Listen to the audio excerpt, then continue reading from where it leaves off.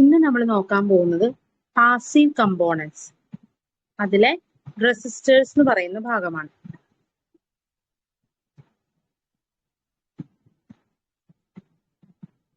ഞാൻ കഴിഞ്ഞ ക്ലാസ്സിൽ പറഞ്ഞിരുന്നു, കമ്പോണൻസിനെ നമുക്ക് രണ്ടായിട്ട് ക്ലാസിഫൈ ചെയ്യാം. ഒന്ന് പാസീവ് കമ്പോണൻസ്, രണ്ട് ആക്റ്റീവ് കമ്പോണൻസ്. പാസീവ് കമ്പോണൻസിന് എനർജി ജനറേറ്റ് ചെയ്യാൻ കഴിയില്ല എന്ന് പറഞ്ഞു. അതായത് they are not capable of processing an electrical signal such as amplification, oscillation and modulation. അവർക്കൊരു ഇലക്ട്രിക്കൽ സിഗ്നലിനെ പ്രോസസ്സ് ചെയ്യാൻ കഴിയില്ല, ആംപ്ലിഫൈ ചെയ്യാൻ കഴിയില്ല. അവർക്ക് ഫങ്ഷൻ ചെയ്യണമെങ്കിൽ ആക്റ്റീവ് കമ്പോണൻസിന്റെ ആവശ്യമുണ്ട്. Okay, they store or maintain energy in the form of voltage or current. Okay, the behavior of passive components is linear. Example, resistor, capacitor, inductor. Next, active components.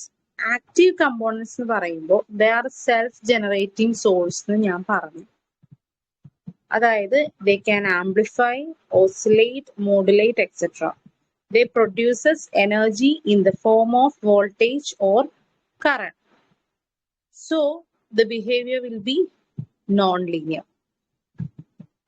അതിന് examples ആണ് ട്രാൻസിസ്റ്റേഴ്സും ഡയോഡ്സും. Okay, resistors നമുക്ക് എല്ലാവർക്കും common ആയിട്ട് അറിയാവുന്ന കാര്യമാണ്. Resistors എന്ന് പറയുന്നത് it is A device which produces a force opposing charge flow or current in a circuit. ഒരു സർക്യൂട്ടിലെ കറണ്ടിനെ ഒപ്പോസ് ചെയ്യുന്ന ഒരു എലമെന്റ് ആണ് റെസിസ്റ്റർ, അല്ലെ? അപ്പോൾ ഈ ഒപ്പോസിങ് ഫോഴ്സിനെ അല്ലെങ്കിൽ ആ ഒരു പ്രോപ്പർട്ടീനെയാണ് നമ്മൾ റെസിസ്റ്റൻസ് എന്ന് പറയുന്നത്.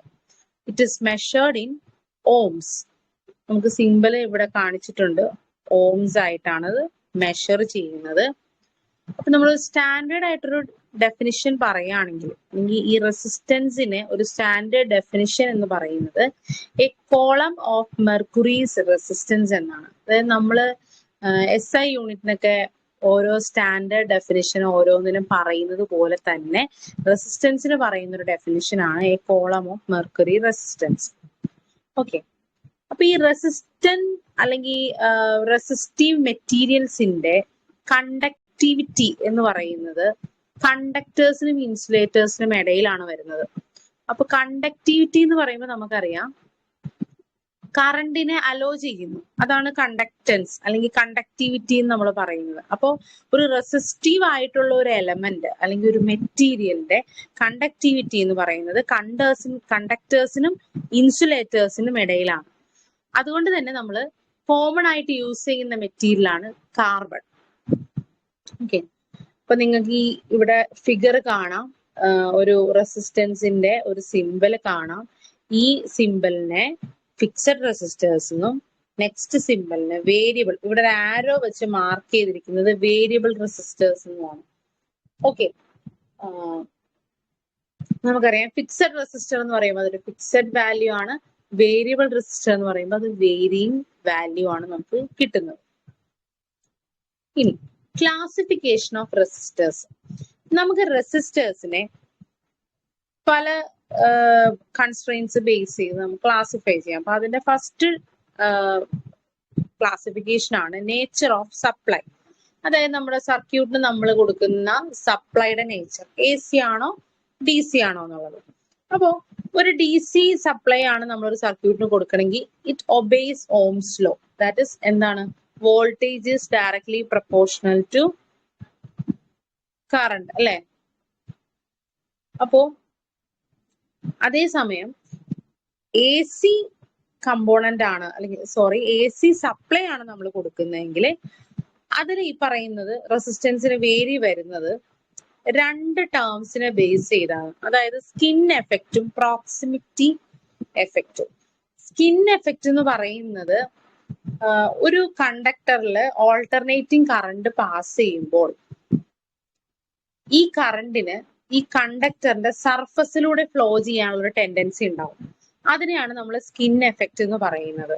അപ്പോ ഇവിടെ ആ ഒരു ഫ്ലോ കുറയ്ക്കണമെങ്കിൽ, അതായത് നമുക്ക് അവിടുത്തെ ഈ സ്കിൻ എഫക്റ്റ് കുറയ്ക്കണമെങ്കിൽ, അതായത് റെസിസ്റ്റൻസ് കൂട്ടണമെങ്കിൽ ഈ കണ്ടക്ടറിന്റെ അല്ലെങ്കിൽ വയറിന്റെ ക്രോസ് സെക്ഷണൽ ഏരിയ റെഡ്യൂസ് ചെയ്യണം.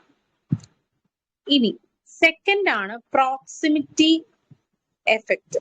അതായത് ഇവിടെ എന്ത് സംഭവിക്കുന്നുണ്ടെങ്കിൽ നമ്പർ ഓഫ് കണ്ടക്ടേഴ്സ് കൂടുതലാണെങ്കിൽ, ഓക്കെ, നമ്പർ ഓഫ് കണ്ടക്ടേഴ്സ് അനുസരിച്ച് എന്ത് സംഭവിക്കുന്നുണ്ടെങ്കിൽ ഈ എ സി കറണ്ട് ഈ കണ്ടക്ടേഴ്സിന് അക്രോസ് ഒരു ലൂപ്പായിട്ട് ഫ്ലോ ചെയ്യാനുള്ള ഒരു ടെൻഡൻസി ഉണ്ടാക്കും.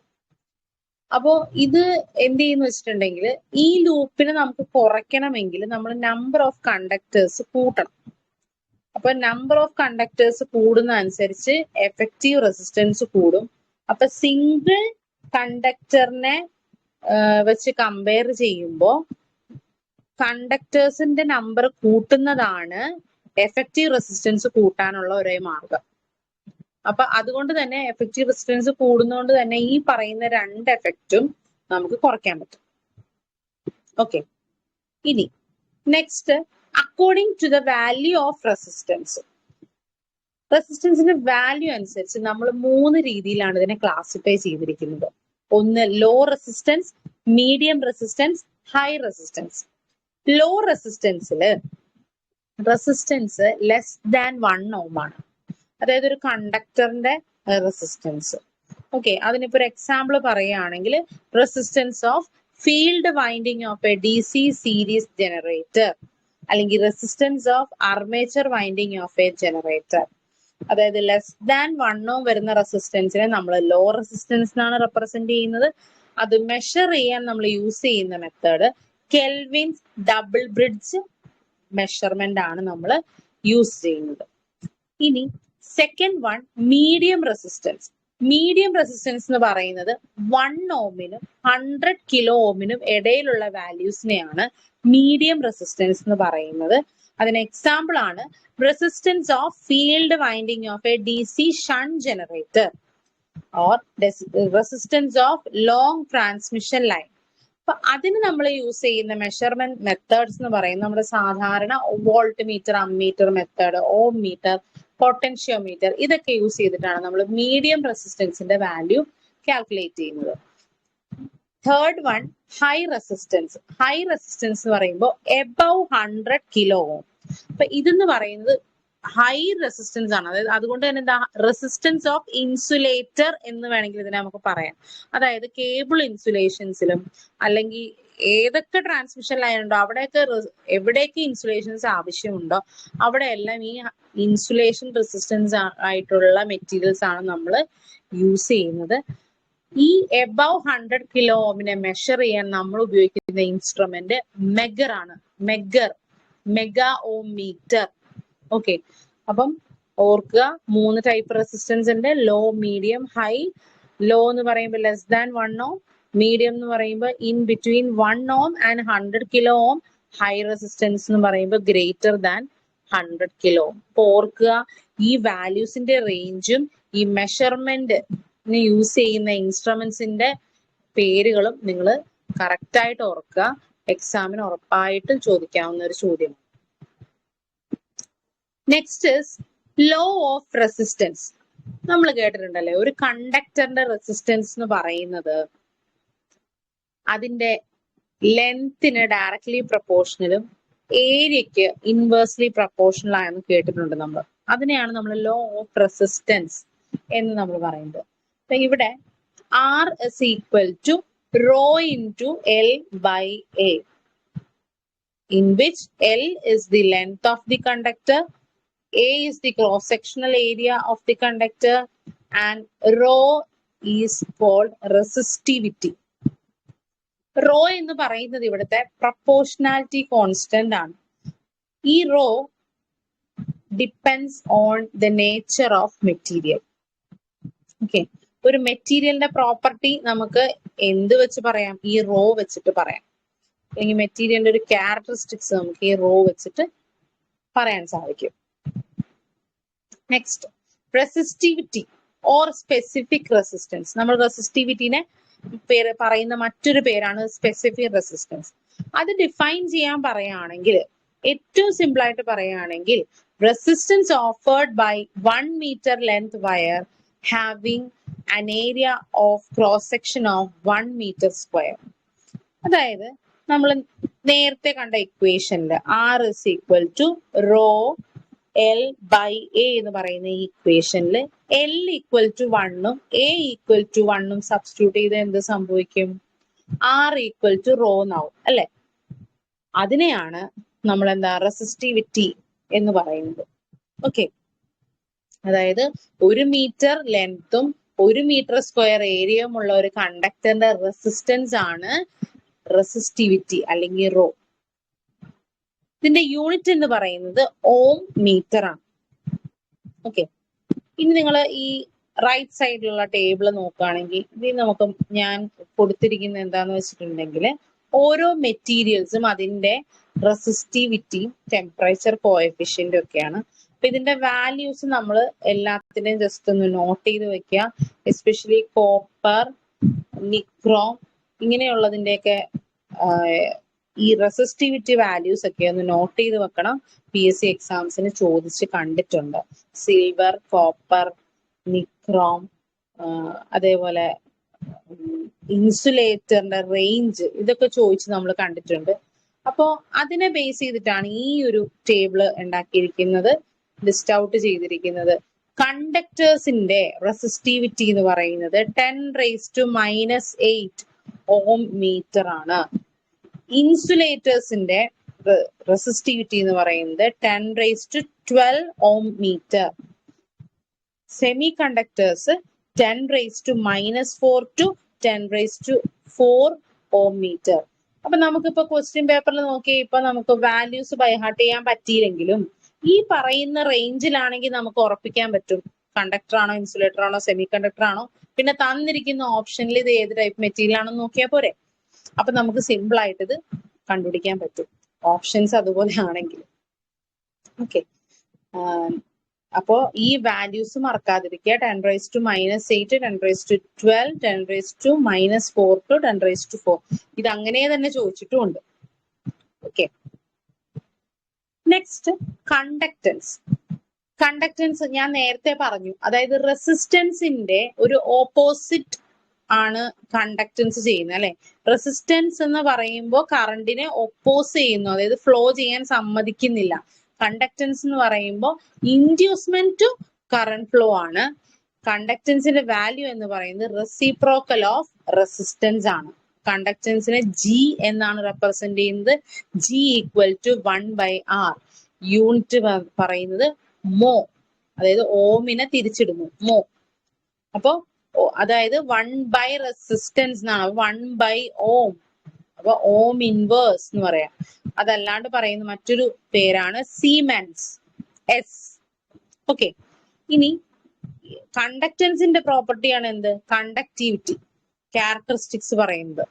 അപ്പൊ അതും എന്താണ്? റെസിസ്റ്റിവിറ്റിയുടെ റെസിപ്രോക്കൽ ആണ്. Sigma is equal to 1/ρ. അപ്പൊ യൂണിറ്റ് വരുന്നത് മോ പെർ മീറ്റർ, അതായത് ഓം ഇൻവേഴ്സ് പെർ മീറ്റർ അല്ലെങ്കിൽ സീമെൻസ് പെർ മീറ്റർ. ഓക്കെ, നമ്മൾ നേരത്തെ പറഞ്ഞ ടേബിൾ പോലെ തന്നെ കണ്ടക്ടിവിറ്റിയുടെ ഒരു ഓർഡർ എന്ന് പറയുന്നത് മെറ്റൽസ് ആണെങ്കിൽ 10⁻7 മോ പെർ മീറ്റർ ആണ്. ഓക്കെ, മെറ്റൽസിന്റെ കണ്ടക്ടിവിറ്റിയുടെ ഓർഡർ എന്ന് പറയുന്നത് 10⁻7 മോ പെർ മീറ്റർ ആണ്. ഇതും വളരെ ഇമ്പോർട്ടന്റ് ആണ്, എക്സാമിന് ചോദിക്കാം. ഇനി next temperature coefficient of resistance. Okay, അതായത് ഇത് ആൽഫ എന്ന് റെപ്രസെന്റ് ചെയ്യും. ഈ ആൽഫ എന്ന് പറയുന്നത് it's the rate of change of resistance with temperature. അതായത് ടെമ്പറേച്ചർ അനുസരിച്ച്, ടെമ്പറേച്ചർ കൂട്ടുന്നത് അനുസരിച്ച് റെസിസ്റ്റൻസിന് എന്തോരം ചേഞ്ച് വരുന്നു എന്നുള്ളതിനെ ഡിഫൈൻ ചെയ്യുന്നതാണ് ഈ ടെമ്പറേച്ചർ കോഎഫിഷ്യന്റ് എന്ന് പറയുന്നത്. സപ്പോസ് നമ്മുടെ കയ്യിലൊരു കണ്ടക്ടർ ഉണ്ട്, അതിന്റെ റെസിസ്റ്റൻസ് R0 ആണ് എന്ന് വിചാരിക്കുക. അതായത് R0 which means resistance at 0 degree Celsius. 0 degree സെൽഷ്യസിൽ R0 എന്നും T ഡിഗ്രി സെൽഷ്യസിൽ RT ആണ് റെസിസ്റ്റൻസ് എന്നും വിചാരിക്കാം. ഓക്കെ, അങ്ങനെയാണെങ്കിൽ നിങ്ങൾ ഈ റൈറ്റ് സൈഡിലോട്ട് നോക്കൂ. RT is equal to R0 into 1 plus alpha T. Okay, അതായത് R0 ഇന്ന് ടെമ്പറേച്ചർ കൂടുന്ന അനുസരിച്ച് RT എത്തുന്നത് ഏത്? ഈ ഇക്വേഷൻ ത്രൂ ആണ് RT വരുന്നത്.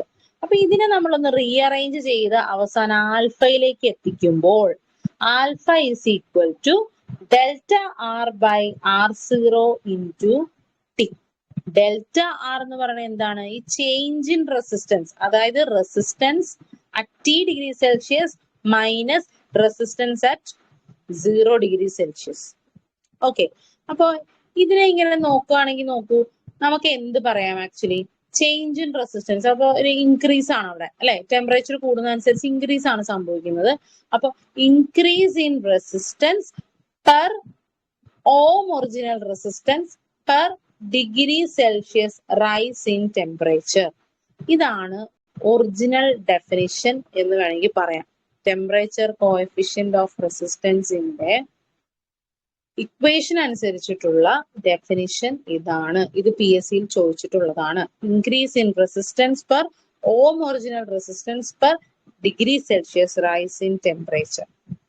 ഓക്കെ, ഇനി ഈ ടെമ്പറേച്ചർ കോഎഫിഷ്യന്റ് എന്നുള്ള ഒരു വാല്യൂ ഒരു മെറ്റീരിയലിനെ എടുക്കുകയാണെങ്കിൽ അത് കോൺസ്റ്റന്റ് ആയിരിക്കും, അല്ലെ? ആ മെറ്റീരിയലിന്റെ അത് ഡിപ്പെൻഡ് ചെയ്യുന്നുണ്ട്, അത് കോൺസ്റ്റന്റും ആയിരിക്കും. ഇനി അതിന്റെ യൂണിറ്റ് എന്ന് പറയുന്നത് നിങ്ങൾ ഇക്വേഷനിലോട്ട് വീണ്ടും നോക്കൂ. Alpha is equal to delta R by R0 T.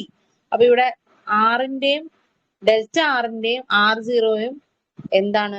Unit same ആണ്. ഇപ്പൊ അവിടെ ആകെ എന്തിനെ ഡിപ്പെൻഡ് ചെയ്യുന്നുള്ളൂ? ടെമ്പറേച്ചറിനെ മാത്രമേ യൂണിറ്റ് ഡിപ്പെൻഡ് ചെയ്യുന്നുള്ളൂ. അതുകൊണ്ട്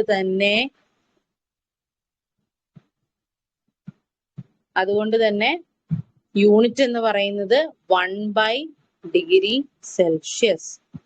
ഇതേപോലെ തന്നെ റെസിസ്റ്റിവിറ്റിനെയും, അതായത് റെസിസ്റ്റൻസും റെസിസ്റ്റിവിറ്റിയും ഒരേ ഡിപ്പെൻഡൻസി ആണ്, അല്ലെ? റെസിസ്റ്റിവിറ്റിയും എന്ത് സംഭവിക്കുന്നു? ടെമ്പറേച്ചർ കൂടുന്നതനുസരിച്ച് ഇൻക്രീസ് ചെയ്യുന്നു. അതിനുള്ള ഇക്വേഷൻ ആണ് rho T is equal to rho 0 into 1 plus alpha T minus T0. Okay, ഇനി നെക്സ്റ്റ് ആണ് effect of temperature on resistance. റെസിസ്റ്റൻസിനെ മെറ്റീരിയൽ ഡിപ്പെൻഡ് ചെയ്തുകൊണ്ട് മെറ്റീരിയൽ അനുസരിച്ച് റെസിസ്റ്റൻസ് ടെമ്പറേച്ചർ എഫക്റ്റ് ആണ് പറയുന്നത്. അതായത് പ്യുവർ മെറ്റൽസ് ആണെങ്കിൽ ടെമ്പറേച്ചർ കൂടുന്ന അനുസരിച്ച് റെസിസ്റ്റൻസ് കൂടും. ഓക്കെ, പ്യുവർ മെറ്റൽസ് ആണെങ്കിൽ. അപ്പോ അതുകൊണ്ട് തന്നെ നമ്മൾ ആ ഒരു എഫക്റ്റിനെ positive temperature coefficient of resistance അല്ലെങ്കിൽ PTC എന്നാണ് പറയുന്നത്. ഓക്കെ, ഇനി ഒരു മെറ്റീരിയല് ഇലക്ട്രോലൈറ്റോ ഇൻസുലേറ്റേഴ്സോ സെമി കണ്ടക്ടേഴ്സോ ആണെങ്കിൽ ടെമ്പറേച്ചർ കൂടുന്ന അനുസരിച്ച് റെസിസ്റ്റൻസ് കുറയും. അതിനെ negative temperature coefficient of resistance NTC എന്ന് പറയും. അപ്പൊ അതിന് എക്സാമ്പിൾ ആണ് glass, mica, rubber, germanium, silicon. നമുക്കറിയാം ഇൻസുലേറ്റേഴ്സും കണ്ടക്ടേഴ്സും ഇലക്ട്രോലൈറ്റ്സും ആയിട്ടുള്ള എല്ലാ സാധനങ്ങളും എന്തായിരിക്കും കാണിക്കുന്നത്, എക്സിബിറ്റ് ചെയ്യുന്നത് നെഗറ്റീവ് ടെമ്പറേച്ചർ കോഎഫിഷ്യന്റ് ആണ്. Next alloys. അലോയ്സിന്റെ കേസിലാണെങ്കിൽ പോസിറ്റീവ് ടെമ്പറേച്ചർ കോഎഫിഷ്യന്റ് ആണ്, പക്ഷെ വളരെ ചെറുതും ഇറഗുലറും ആയിട്ടുള്ള ഒരു ചേഞ്ച് അവിടെ എക്സിബിറ്റ് ചെയ്യുള്ളൂ. ഓക്കെ, അപ്പൊ ഈ PTCയും NTCയും ഓർക്കുക. അത് വെച്ചിട്ട് മെറ്റീരിയൽ മാറുന്നതനുസരിച്ച് ഈ PTCയും NTCയും എന്നുള്ള ഒരു പ്രോപ്പർട്ടിക്ക് ചേഞ്ച് ഉണ്ടാവും. Okay, next effect of resistance on stretching and compression of conductor. നമ്മൾ സാധാരണ പ്രോബ്ലംസ് ചെയ്യുമ്പോൾ നമുക്ക് സാധാരണ പ്രോബ്ലം ചെയ്യുന്നതിന് റെസിസ്റ്റൻസ് വാല്യൂ കണ്ടുപിടിക്കാൻ അറിയാവുന്ന ഒരു ഇക്വേഷൻ ആണ് R is equal to rho L by A. അപ്പൊ അവിടെ നമുക്ക് പ്രോബ്ലം ചെയ്യുമ്പോൾ സാധാരണ ചോദിക്കും ലെങ്ത് കൂടുമ്പോൾ റെസിസ്റ്റൻസിന് എന്ത് സംഭവിക്കുന്നു, അല്ലെങ്കിൽ ഏരിയ കുറയുമ്പോൾ റെസിസ്റ്റൻസിന് എന്ത് സംഭവിക്കുന്നു. അങ്ങനെ നമുക്ക് ക്വസ്റ്റ്യൻസ് വരാറുണ്ട്. ഓക്കെ, അപ്പൊ അതൊരു നോർമൽ കൺസെപ്റ്റ് ആണ്, പ്രൊപ്പോർഷണാലിറ്റി വെച്ച് പറയാൻ പറ്റുന്ന ഒരു കൺസെപ്റ്റ് ആണ്. സെക്കൻഡ് ടൈപ്പ് ചോദിക്കാവുന്ന ഒരു ടൈപ്പ് ക്വസ്റ്റ്യൻ ആണ്, അതായത് ഒരു വയറിനെ സ്ട്രെച്ച് ചെയ്യുന്നു അല്ലെങ്കിൽ കംപ്രസ് ചെയ്യുന്നു, അപ്പൊ റെസിസ്റ്റൻസിന് എന്ത് സംഭവിക്കും? അപ്പൊ ഈ സ്ട്രെച്ചിങ്, അതായത് വലിച്ചു നീട്ടുക അല്ലെ, വലിച്ചു നീട്ടുമ്പോൾ നമുക്ക് എന്താണ് ആ ഒരു വയറിന് സംഭവിക്കുന്നത് എന്ന് നമ്മൾ മനസ്സിലാക്കണം. നമ്മളൊരു വയറിനെ വലിച്ചു നീട്ടുകയാണ്, അപ്പൊ എന്ത് സംഭവിക്കും? ഈ വയറിന് മാറ്റങ്ങൾ വല്ലതും വരുന്നുണ്ടോ? ഇതിന്റെ ഒരു വോളിയത്തിന് മാറ്റം വല്ലതും വരുന്നുണ്ടോ? ഇല്ല, വോളിയത്തിന് വേറെ മാറ്റങ്ങൾ ഒന്നും വരുന്നില്ല. അപ്പൊ സ്ട്രെച്ച് ചെയ്താലും കംപ്രസ് ചെയ്താലും ഇതിന്റെ കൺസെപ്റ്റ് എന്താന്ന് പറഞ്ഞാൽ ഇത് എന്ത് ചെയ്താലും ഈക്വൽ വോളിയമാണ്. അപ്പൊ ഓർക്കുക, ഇത് കൺഫ്യൂഷൻ വരരുത്. ക്വസ്റ്റ്യനില് സ്ട്രെച്ച്, കംപ്രഷൻ എന്നൊക്കെ ഒരു വാക്ക് കണ്ടു കഴിഞ്ഞാൽ നമ്മൾ ഈക്വൽ വോളിയം കൺസെപ്റ്റ് ആണ് യൂസ് ചെയ്യേണ്ടത്. ഓക്കെ, അപ്പോ ഫസ്റ്റ് കൺസെപ്റ്റ് സ്ട്രെച്ചിങ്. സ്ട്രെച്ചിങ്ങില് നമ്മൾ ലെങ്ത് n ടൈംസ് കൂട്ടുകയാണെങ്കിൽ എന്ത് സംഭവിക്കുന്നതാണ് ചോദിച്ചിരിക്കുന്നത്. ലെങ്ത് n ടൈംസ് കൂട്ടുമ്പോൾ ഇവിടെ ഏരിയ 1/n ടൈംസ് ആയിട്ട് കുറയും. അതായത് ഇവിടെ വോളിയം ഈക്വൽ ആണ് അല്ലെ. വോളിയം എന്ന് പറയുന്നത് ഏരിയ ഇൻറ്റു ലെങ്ത് ആണ്. അപ്പൊ അത് വെച്ച് നോക്കുമ്പോൾ V1 is equal to V2 എന്ന് പറയുന്നത് A1L1 ഇൻറ്റു A2L2. അപ്പൊ ഇത് രണ്ടും കോൺസ്റ്റന്റ് ആവണമെങ്കിൽ എന്ത് സംഭവിക്കണം? ഒന്ന് കൂടുമ്പോ മറ്റേത് കുറയണം, എന്നാലേ വോളിയം കോൺസ്റ്റന്റ് ആയിട്ട് നിൽക്കുള്ളൂ. അപ്പൊ ലെങ്ത് n ടൈംസ് സ്ട്രെച്ച് ചെയ്യാന്ന് പറയുമ്പോൾ area is reduced to 1/n times. അതുകൊണ്ട് തന്നെ resistance is increased by n square times. Okay, ഇനി കംപ്രഷൻ. കംപ്രഷൻ വരുമ്പോൾ ലെങ്ത് കുറയുക, നമ്മൾ ചുരുക്കുകയാണ് അല്ലെ. ലെങ്ത് കുറയുമ്പോൾ എന്ത് സംഭവിക്കുന്നു? 1/n ടൈംസ് ലെങ്ത് കംപ്രസ് ചെയ്യുമ്പോൾ n ടൈംസ് ഏരിയ കൂടുന്നു. ഓക്കെ, അങ്ങനെ വരുമ്പോ റെസിസ്റ്റൻസ് എന്ന് പറയുന്നത് 1/n സ്ക്വയർ ടൈംസ് എന്ത് സംഭവിക്കുന്നു?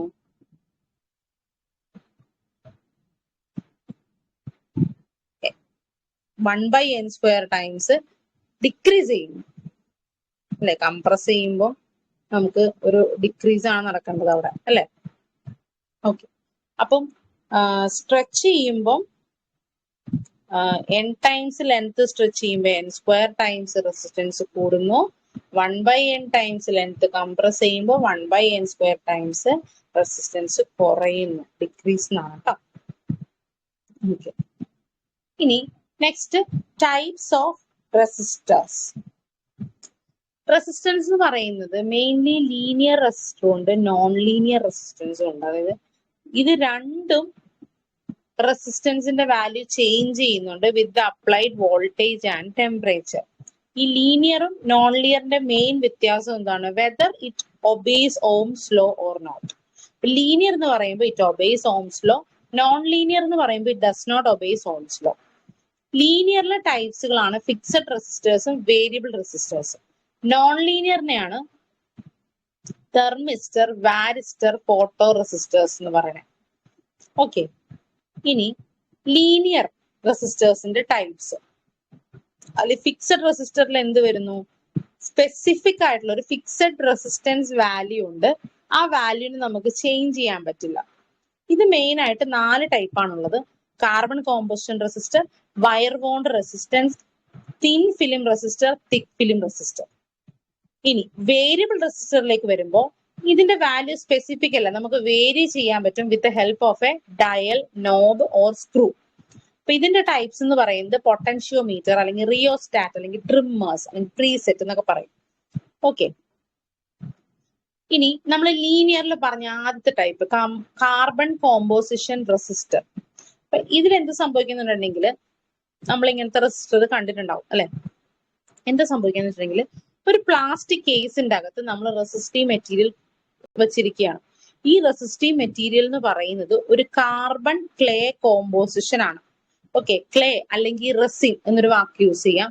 കാർബൺ റെസിൻ കോമ്പോസിഷൻ അല്ലെങ്കിൽ കാർബൺ ക്ലേ കോമ്പോസിഷൻ ആണ് ഇതിലുള്ളത്. ഇതിന്റെ പേരിൽ തന്നെയുണ്ട് കാർബൺ കോമ്പോസിഷൻ. അപ്പൊ ഓർക്കുക, കാർബണിന്റെ കൂട്ടത്തിൽ ഒരു മെറ്റീരിയൽ ഉണ്ട്, അത് ക്ലേ ആണ് അല്ലെങ്കിൽ റെസിൻ എന്നൊരു വാക്ക് യൂസ് ചെയ്യാം.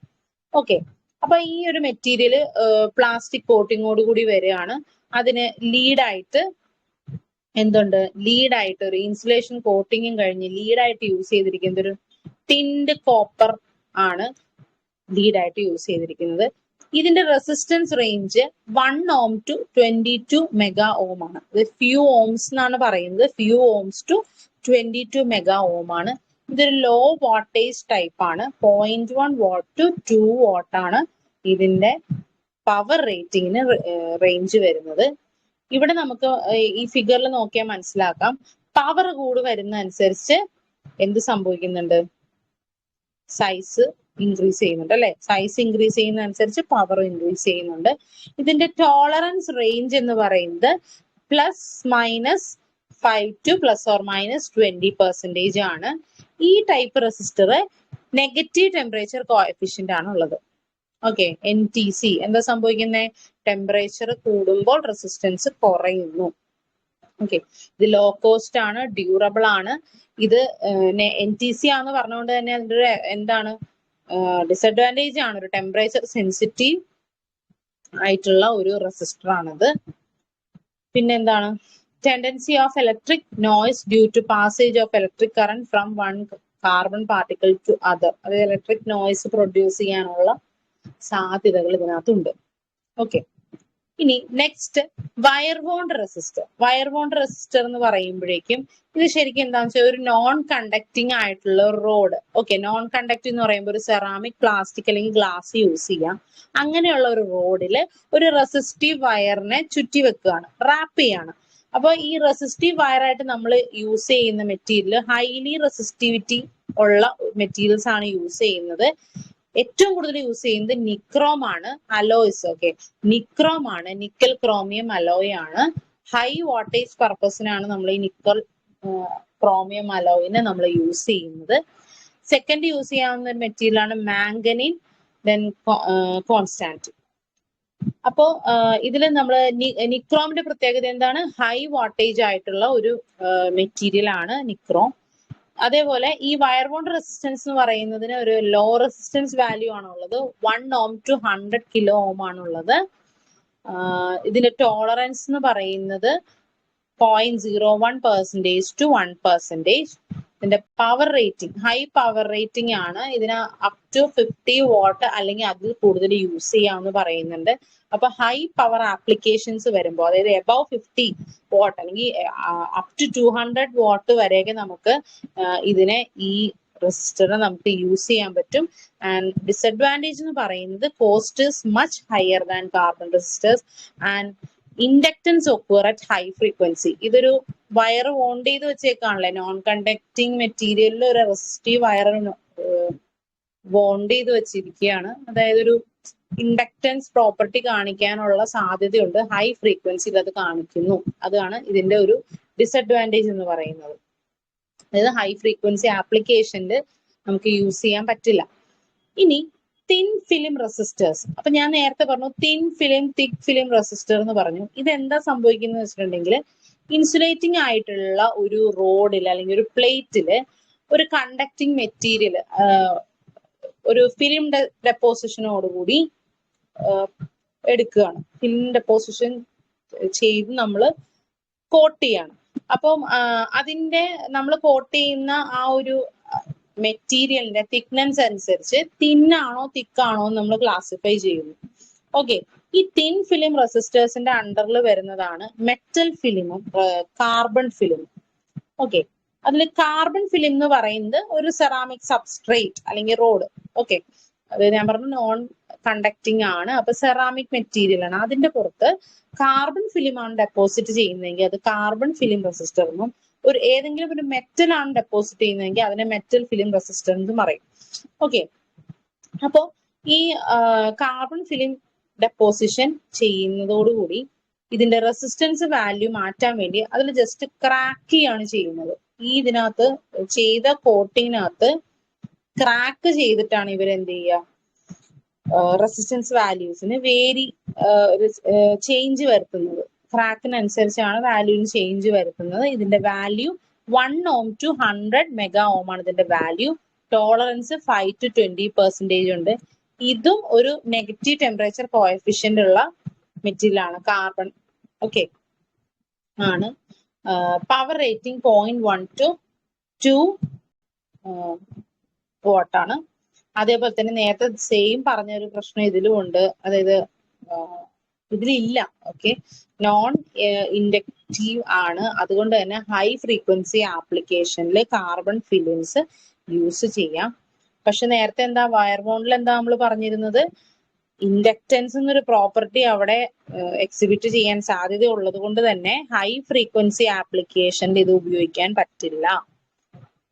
ഓക്കെ, ഇനി നെക്സ്റ്റ് മെറ്റൽ ഫിലിം. അപ്പൊ നേരത്തെ പറഞ്ഞ പോലെ സെറാമിക് സബ്സ്ട്രേറ്റില് മെറ്റൽ ഫിലിം ഡെപ്പോസിറ്റ് ചെയ്യാണ്. അപ്പൊ സാധാരണ യൂസ് ചെയ്യുന്നത് അലോയ്സ് ആണ്. നിക്കൽ ക്രോമിയം, അതായത് nichrome, tin antimony, gold platinum, tantalum nitride. Okay, അപ്പൊ ഇവിടെ റെസിസ്റ്റൻസ് വാല്യൂ വരുന്നത് 0.1 ohm to 10 kilo ohm ആണ്. ടോളറൻസ് പല ടോളറൻസ് ആണ്, 0.1, 0.25, 0.5, 1, 2%, അങ്ങനെ പല റേഞ്ച് ആണ് ഉള്ളത്. ഇതിന് പോസിറ്റീവ് ടെമ്പറേച്ചർ കോഎഫിഷ്യന്റ് ആണ്. ലോ പവർ റേറ്റിംഗ് ആപ്ലിക്കേഷൻസിനാണ് നമ്മളിത് ഉപയോഗിക്കുന്നത്.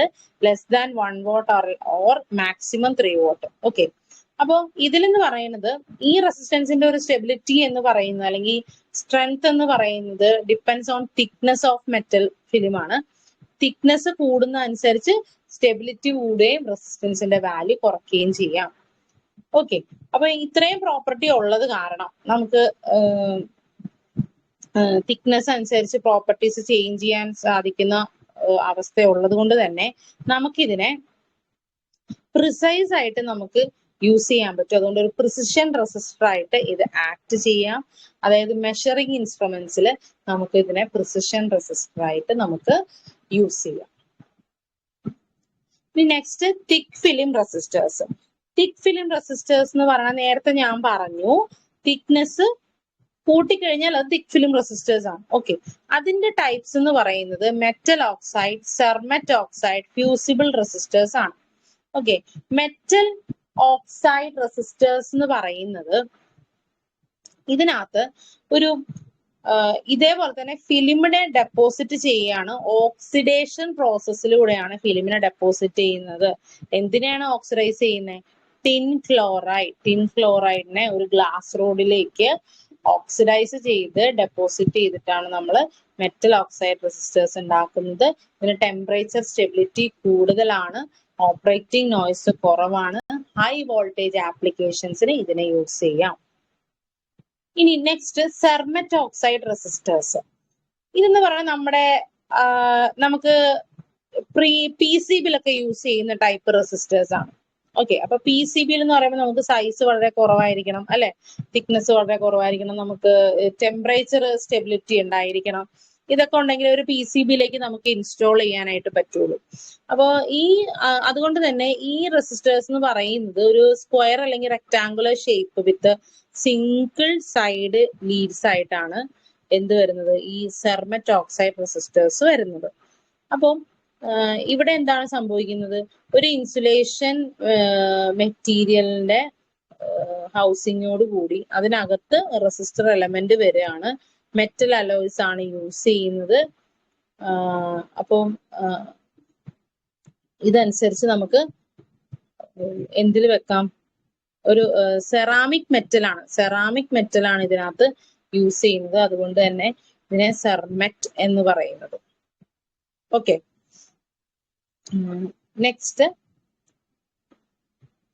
Fusible resistance. ഫ്യൂസിബിൾ റെസിസ്റ്റേഴ്സ് നമ്മൾ ചിലപ്പോൾ കണ്ടിട്ടുണ്ടാവും. അതായത് നമ്മുടെ പവർ സർക്യൂട്ട്സിലൊക്കെ നമുക്ക് വോൾട്ടേജ് സ്പൈക്സ് അവോയ്ഡ് ചെയ്യാൻ വേണ്ടി ചെറിയൊരു റെസിസ്റ്റേഴ്സ് നമ്മൾ ആദ്യമേ വെക്കും. അപ്പം അതിനെയാണ് ഫ്യൂസിബിൾ റെസിസ്റ്റേഴ്സ് എന്ന് പറയാം. അതായത് ആംപ്ലിഫയർ അല്ലെങ്കിൽ TV സെറ്റ്, ഇതിലൊക്കെ നമ്മൾ ഈ ഫ്യൂസിബിൾ റെസിസ്റ്റേഴ്സ് യൂസ് ചെയ്യും. And it is less than 10 ohms. Wire bond റെസിസ്റ്റേഴ്സിന്റെ തന്നെ പ്രോപ്പർട്ടീസ് ആണ് ഇതിനുള്ളത്.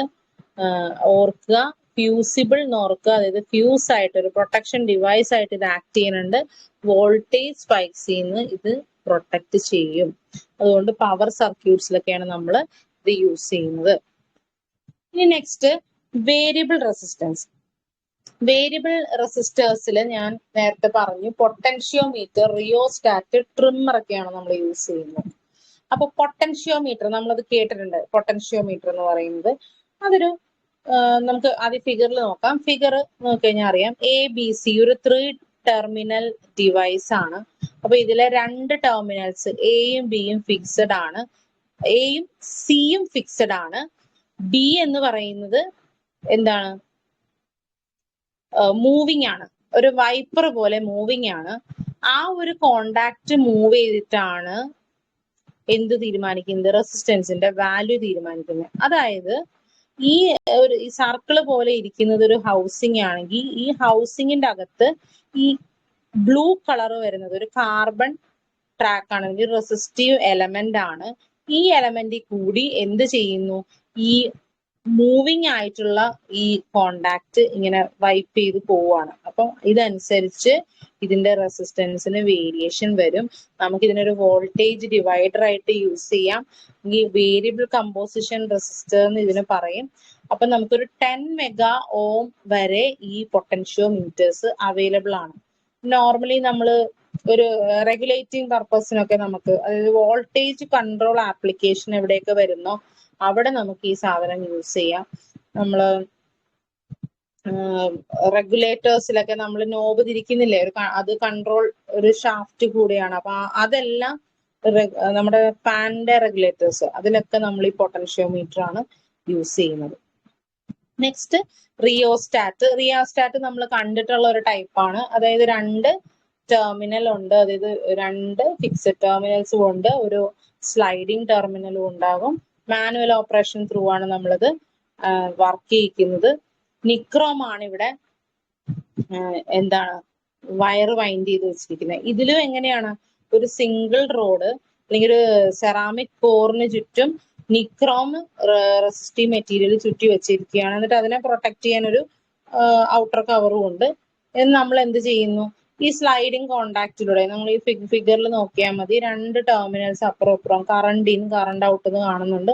അവിടെ നമ്മൾ കണക്ട് ചെയ്യുന്നു. നമ്മൾ റെസിസ്റ്റൻസ് ചേഞ്ച് ചെയ്യുന്നത് സ്ലൈഡിങ് കോണ്ടാക്ട് ത്രൂ ആണ് റെസിസ്റ്റൻസ് ചേഞ്ച് ചെയ്യുന്നത്. ഇത് തന്നെ നമുക്ക് ഇപ്പം പല മെക്കാനിസം പലതായിട്ടുള്ള റിയോസ്റ്റാറ്റുകൾ അവൈലബിൾ ആണ്. അപ്പം അതിനെ ബേസ് ചെയ്തിട്ട് നമ്മൾ എന്താണ് റേഞ്ചും പറയാം. അതായത് ഇപ്പം അവൈലബിലിറ്റി അനുസരിച്ച് 1 ohm to 150 ohm വരെയൊക്കെ റേഞ്ച് ഉണ്ട്. അതേപോലെ പവർ റേറ്റ് എന്ന് പറയുന്നത് 3 to 200 വാട്ട്സ് ഉണ്ട്. ആൻഡ് നമ്മൾ കോമൺ ആയിട്ടും മോസ്റ്റ്ലി യൂസ് ചെയ്യുന്നത് വയർ ബൗണ്ട് റെസിസ്റ്റേഴ്സ് ആണ്. ഓക്കെ, റിയോസ്റ്റാറ്റിൽ. അപ്പൊ അതൊരു 5 to 50 വാട്ട്സ് വരെയൊക്കെ നമുക്ക് അവൈലബിൾ ആണ്. ജസ്റ്റ് പറയാണ്. ഇപ്പൊ നമ്മൾ നേരത്തെ കണ്ടതില് സ്ലൈഡിങ് കോണ്ടാക്ട് ആണ്. കണ്ടോ, ഇത് ഇങ്ങനെ സെപ്പറേറ്റ് ചെയ്ത് നിൽക്കുന്നുണ്ട്. 2 ആംസ് ആണ് ഇങ്ങനെ സ്ലൈഡ് ചെയ്ത് പോകുന്നത്. നെക്സ്റ്റ് ടൈപ്പില് ടാപ്ഡ് എന്ന് പറയുമ്പോൾ ഇതേപോലെ കണ്ടോ, ടാപ്പ് ഒരു അഡ്ജസ്റ്റബിൾ ടാപ്പ് ആയിട്ടാണ് ഇതിരിക്കുന്നത്. ഇനി അത് കൂടാതെ ഒരു വയർ ബൗണ്ട് ടൈപ്പ് റിയോസ്റ്റാറ്റും അവൈലബിൾ ആണ്. ഓക്കെ, നെക്സ്റ്റ് വരുന്നത് ട്രിമ്മർ. ട്രിമ്മർ നമ്മൾ ഈ കൂടുതലും ഈ പറഞ്ഞ പോലെ ചെറിയ സർക്യൂട്ട്സിലൊക്കെയാണ് നമ്മൾ ഈ പൊട്ടൻഷ്യോമീറ്റർ യൂസ് ചെയ്യുന്നത്. അതൊരു സ്ക്രൂ ടൈപ്പ് ആണ്. ഈ സ്ക്രൂവിനെ റൊട്ടേറ്റ് ചെയ്തിട്ടാണ് നമ്മൾ അഡ്ജസ്റ്റ് ചെയ്യുന്നത് വാല്യൂസ്. അപ്പം ഇത് മറ്റേ റിയോസ്റ്റാറ്റ് അഡ്ജസ്റ്റ് ചെയ്യുന്നതിനേക്കാളും എഫിഷ്യൻസി കൂടുതൽ ഏതിനാണ്? ഈ ട്രിമ്മേഴ്സിനാണ്. ഈ സ്ക്രൂ അഡ്ജസ്റ്റ് ചെയ്യുന്ന അനുസരിച്ചാണ് നമുക്ക് ഏറ്റവും ആക്യുറേറ്റ് ആയിട്ടുള്ള വാല്യൂസ് കിട്ടുന്നത്. ഇതും carbon composition, carbon film, cermet എല്ലാ ടൈപ്പും അവൈലബിൾ ആണ്. 50 ohms to 5 മെഗാ ഓംസ് ആണ് ഇതിന്റെ റേഞ്ച്. 1/3 to 3/4 വാട്ട്സ് ആണ് ഇതിന്റെ പവർ റേറ്റിംഗ്. ഓക്കെ, അതായത് നമുക്ക് സെറ്റ് ചെയ്യാം ഇതിന്റെ വാല്യൂ. സ്ക്രൂ അഡ്ജസ്റ്റ് ചെയ്ത് നമുക്ക് ഇതിന്റെ വാല്യൂ സെറ്റ് ചെയ്യാൻ പറ്റും നമുക്ക്. ഓക്കെ, ഇനി non linear resistors. Non linear എന്ന് പറയുമ്പോൾ ഞാൻ നേരത്തെ പറഞ്ഞു ഓംസ് ലോ ഒബേ ചെയ്യുന്നില്ല. ഓക്കെ, അപ്പൊ അങ്ങനെയുള്ളത് ടൈപ്പ് എന്ന് പറയുന്നത് മെയിൻ ആയിട്ട് 3 thermistor, varistor, photo resistor. Okay, അപ്പോ തെർമിസ്റ്റർ എന്ന് കേൾക്കുമ്പോൾ തന്നെ എന്ന് കേൾക്കുമ്പോൾ തന്നെ അറിയാം ടെമ്പറേച്ചറിനെ ബേസ് ചെയ്തിട്ടാണ്. ടെമ്പറേച്ചറിന് ചേഞ്ച് കൊടുക്കുന്നതിനനുസരിച്ച് റെസിസ്റ്റൻസ് പ്രോപ്പർട്ടിക്ക് ചേഞ്ച് വരുന്നു. ഇതിൽ യൂസ് ചെയ്യുന്ന മെറ്റീരിയൽ കൊബാൾട്ട്, നിക്കൽ, സ്ട്രോൺഷ്യം, അതേപോലെ മെറ്റൽ ഓക്സൈഡ്സ് ഓഫ് മാംഗനീസ് വെച്ചിട്ടാണ് ഈ തെർമിസ്റ്റേഴ്സ് ഉണ്ടാക്കുന്നത്. തെർമിസ്റ്റേഴ്സ് നമുക്ക് രണ്ട് ടൈപ്പും അവൈലബിൾ ആണ്. അതായത് NTCയും PTC ആയിട്ടുള്ള തെർമിസ്റ്റേഴ്സ് നമുക്ക് അവൈലബിൾ ആണ്. ഇതിന്റെ സിമ്പിൾ ജസ്റ്റ് നോക്കി വെക്കുക. അടുത്തത് വാരിസ്റ്റർ. അത് നമ്മൾ പറയുന്നത് അല്ലെങ്കിൽ VDR എന്ന് പറയും, വോൾട്ടേജ് ഡിപ്പെൻഡന്റ് റെസിസ്റ്റൻസ്. അതായത് വോൾട്ടേജിന് ചേഞ്ച് വരുന്ന അനുസരിച്ച് റെസിസ്റ്റൻസിന് കറണ്ട് ഫ്ലോ മാറുന്നതാണ് വാരിസ്റ്റർ എന്ന് പറയുന്നത്. ഇത് ആക്ച്വലി നമ്മൾ യൂസ് ചെയ്യുന്നത് പ്രൊട്ടക്ഷൻ ഡിവൈസസിലൊക്കെ വോൾട്ടേജ് സ്പൈക്സ് അവോയ്ഡ് ചെയ്യാൻ വേണ്ടിയിട്ടാണ് ഈ വാരിസ്റ്റേഴ്സ് ഒക്കെ നമ്മൾ യൂസ് ചെയ്യുന്നത്. അതായത് നമ്മുടെ പവർ സപ്ലൈ സർക്യൂട്ട്സിലൊക്കെ ആദ്യം തന്നെ ഈ ടൈപ്പ് റെസിസ്റ്റേഴ്സ് ആണ് വെക്കുന്നത്. അത് നമുക്ക് ഒരു ഫ്യൂസ് ആയിട്ടൊക്കെ ഇത് ആക്ട് ചെയ്യും. ഫ്യൂസ് പോലെ സ്പൈക്സിനെ അവോയ്ഡ് ചെയ്യാനൊക്കെ ഇത് ആക്ട് ചെയ്യും. ഓക്കെ, ഇനി നെക്സ്റ്റ് ആണ് photo resistors or photo conductive cell അല്ലെങ്കിൽ LDR, ലൈറ്റ് ഡിപ്പെൻഡന്റ് റെസിസ്റ്റൻസ്. ഇവിടെ എന്തിനെ ഡിപ്പെൻഡ് ചെയ്യുന്നു? Resistance value changes with light intensity. Okay, അപ്പൊ ലൈറ്റ് ഇന്റൻസിറ്റിക്ക് അനുസരിച്ച് റെസിസ്റ്റൻസ് മാറുന്നു. The material which is used to take these kind of resistors is called photoconductors. Example എന്താണ്? Cadmium sulfide, lead sulfide. അപ്പോ ഇവിടുത്തെ എന്താണ് ഇത് നടക്കുന്നത്? എന്താണ്? When light falls on photoconductive cells, LDR or photoresistors, then there is an increase in free carriers. അതായത് electron hole പെയർസിന്റെ increasing ഉണ്ടാവും. Light energy കാരണം എന്താവും? EH pairs generate ചെയ്യും, which reduce the resistance of semiconductor material. That is, the quantity of light energy is inversely proportional to the semiconductor material. It means photoresistors have a negative temperature coefficient. Okay, അപ്പം നമുക്കറിയാം EH pairs കൂടുന്ന അനുസരിച്ച് resistivity അവിടെ കുറയാണ് ചെയ്യുന്നത്. അപ്പൊ conduction കൂടുതൽ നടക്കുകയും ചെയ്യും, അല്ലെ? ഇതാണ് LDRന്റെ ഒരു കൺസെപ്റ്റ്. ഇനി കളർ കോഡിംഗ്. കളർ കോഡിംഗ് നമുക്ക് ജനറലി അറിയാവുന്ന കാര്യങ്ങളാണ്. കളർ കോഡിംഗ് ഇപ്പൊ നമുക്ക് 6 bands വരെയുള്ള റെസിസ്റ്റർ കിട്ടാറുണ്ട്. 3, 4, 5, 6 അങ്ങനെ. അപ്പൊ 3 bands ആണെങ്കിൽ നിങ്ങൾ ഈ ടേബിൾ ശ്രദ്ധിച്ചാൽ മതി. 3 bands ആണെങ്കിൽ 3 ബാൻഡ് 1, 2, 3. അപ്പൊ ഫസ്റ്റ് ബാൻഡിൽ ഫസ്റ്റ് ഡിജിറ്റ് വരുന്നു. അതായത് ഓരോ ബാൻഡും എന്തിനെ റെപ്രസെന്റ് ചെയ്യുന്നു എന്നാണ് കാണിക്കുന്നത്. അപ്പൊ 3 band റെസിസ്റ്റർ ആണെങ്കിൽ ഫസ്റ്റ് ബാൻഡ് ഫസ്റ്റ് ഡിജിറ്റിനെ റെപ്രസെന്റ് ചെയ്യുന്നു, second band second digit, third band multiplier. അപ്പൊ ഈ ടേബിളിൽ നോക്കിയിട്ട് നമുക്ക് കളേഴ്സ് അനുസരിച്ച് ഓരോ ബാൻഡ്സിനും വരുന്ന വാല്യൂ അനുസരിച്ച് നമുക്ക് റെസിസ്റ്റൻസിന്റെ വാല്യൂ കാൽക്കുലേറ്റ് ചെയ്യാം. അതേപോലെ ഫോർത്ത് ബാൻഡ് അല്ലെങ്കിൽ 4 band റെസിസ്റ്റർ എന്ന് പറയുമ്പോഴേക്കും ഫസ്റ്റും സെക്കൻഡും ഡിജിറ്റ്സ് ആണ്, തേർഡ് 1 മൾട്ടിപ്ലയർ, ഫോർത്ത് 1 ടോളറൻസ്. ഇനി അതേപോലെ 5 band വരുമ്പോൾ ആദ്യത്തെ 3 ഡിജിറ്റും 3 ബാൻഡും ഡിജിറ്റ്സ് ആണ്, ഫോർത്ത് 1 മൾട്ടിപ്ലയർ, ഫിഫ്ത്ത് 1 ടോളറൻസ്. അതേപോലെ 6 bands വരുമ്പോഴേക്കും ഫസ്റ്റും സെക്കൻഡും തേർഡും digit, 4 multiplier, 5 tolerance, 6th 1 temperature coefficient ആണ്. അപ്പൊ ഇതിന്റെ എല്ലാം വാല്യൂസ് നമുക്ക് ഈ ടേബിളിൽ നിന്ന് ഐഡന്റിഫൈ ചെയ്ത് റെസിസ്റ്റൻസിന്റെ വാല്യൂ കാൽക്കുലേറ്റ് ചെയ്യാം. ഓക്കെ, ഇനി അതേപോലെ കളർ കോഡിംഗ് അല്ലാതെ നമ്മൾ നേരത്തെ പറഞ്ഞ പോലെ PCBയിലൊക്കെ ഉപയോഗിക്കുന്ന റെസിസ്റ്റേഴ്സ് ആണെങ്കിൽ, ഓക്കെ, ഇത് ഞാൻ ഒന്നും കൂടി എടുത്തു പറഞ്ഞിരിക്കുന്ന കാര്യങ്ങളാണ്. ഫസ്റ്റ് 4 bands ആണെങ്കിൽ ഫസ്റ്റ് 2 bands ഡിജിറ്റ് ആണ്, third band number of zeros ആണ്. മൾട്ടിപ്ലയർ എന്ന് ഉദ്ദേശിക്കുന്നത് എത്ര നമ്പർ ഓഫ് സീറോസ് നമുക്ക് ആഡ് ചെയ്യണം. അതേപോലെ ഫോർത്ത് ബാൻഡ് ടോളറൻസ് ആണ്.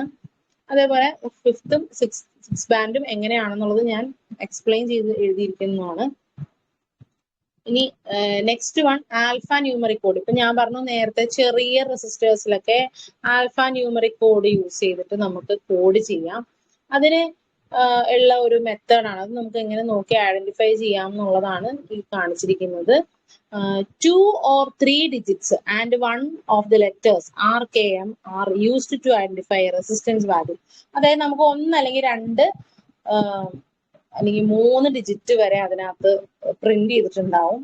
അതിന്റെ കൂടെ RKM ഇതിൽ ഏതെങ്കിലും ഒരു ലെറ്ററും കാണും. അപ്പം R എന്ന് പറയുന്നത് ജസ്റ്റ് ഓം എന്ന് റെപ്രസെന്റ് ചെയ്യുന്നതാണ്. K എന്ന് പറയുന്നത് കിലോ ഓം എന്ന് റെപ്രസെന്റ് ചെയ്യുന്നതാണ്. M എന്ന് പറയുന്നത് മെഗാ ഓം എന്ന് റെപ്രസെന്റ് ചെയ്യുന്നതാണ്. അപ്പം ഈ ഫസ്റ്റ് ഫിഗർ നോക്കിയറിയാം 22R 22R. അപ്പൊ ഇവിടെ 2 എന്ന് പറയുന്നത് ഫസ്റ്റ് ഡിജിറ്റ്, നെക്സ്റ്റ് 2 എന്ന് പറയുന്നത് സെക്കൻഡ് ഡിജിറ്റ്, R എന്ന് പറയുന്നത് ഈ ഡെസിമൽ പോയിന്റ് എവിടെ വരുന്നു. അപ്പം ഈ ലെറ്റർ എവിടെയാണ് മാർക്ക് ചെയ്യുന്നത് അവിടെയാണ് ഡെസിമൽ പോയിന്റ് വരുന്നത്. എന്നിട്ട് തന്നിരിക്കുന്ന ലെറ്റർ ഏതാണ്, R ആണോ K ആണോ M ആണോ, അത്രയും ഓം ആണ്. അതായത് R ആണെങ്കിൽ അത് ജസ്റ്റ് എന്താണ്, വെറും ഓം. ഓക്കെ, ഇനി M ആണ് തന്നിരിക്കുന്നതെങ്കിൽ മെഗാ ഓം, K ആണ് തന്നിരിക്കുന്നത് കിലോ. ഇപ്പൊ രണ്ടാമത്തെ നോക്കിയേ 2M2, അതായത് M ഇരിക്കുന്നത് എവിടെയാണോ അവിടെയാണ് ഡെസിമൽ പോയിന്റ് വരുന്നത്. അതായത് 2.2 എന്ത് ഓമാണ്, മെഗാ ഓം. അതേപോലെ 220K, അപ്പം 220 ഡോട്ട് അതായത് 0.0 അത്രയും കിലോ. മനസ്സിലായോ? അപ്പം ഈ റൈറ്റിലിരിക്കുന്ന ടേബിൾസ് നോക്കുമ്പോൾ നിങ്ങൾക്ക് അതിന്റെ ഡിഫറൻസ് മനസ്സിലാവും. R47 എന്ന് പറയുമ്പോൾ 0.47 ഓം. എവിടെയാണോ ആ ലെറ്റർ റെപ്രസെന്റ് ചെയ്യുന്നത് അവിടെയാണ് നമ്മുടെ ഡെസിമൽ പോയിന്റ് വരുന്നത്. ഇപ്പം 1RO എന്ന് പറയുമ്പോൾ 1R0 അല്ലെ, 1.0 ഓം. അതുപോലെ 4R7 എന്ന് പറയുമ്പോൾ 4.7 ഓം. അതേപോലെ ഇപ്പൊ K എടുക്കുകയാണെങ്കിൽ നോക്കിയേ 4K7, അതായത് 4.7 കിലോ ഓം. അതുപോലെ M എടുക്കുകയാണെങ്കിൽ നോക്കിയേ 1MO, അതായത് 1.0 മെഗാ ഓം, അതായത് 1 മെഗാ ഓം. ഇങ്ങനെയാണ് ആൽഫ ന്യൂമറിക് കോഡ് റെപ്രസെന്റ് ചെയ്യുന്നത്. ഓക്കെ, അപ്പൊ നമ്മൾ ഇന്ന് റെസിസ്റ്റേഴ്സ് പഠിച്ചു, അതിന്റെ ഇക്വേഷൻസ്.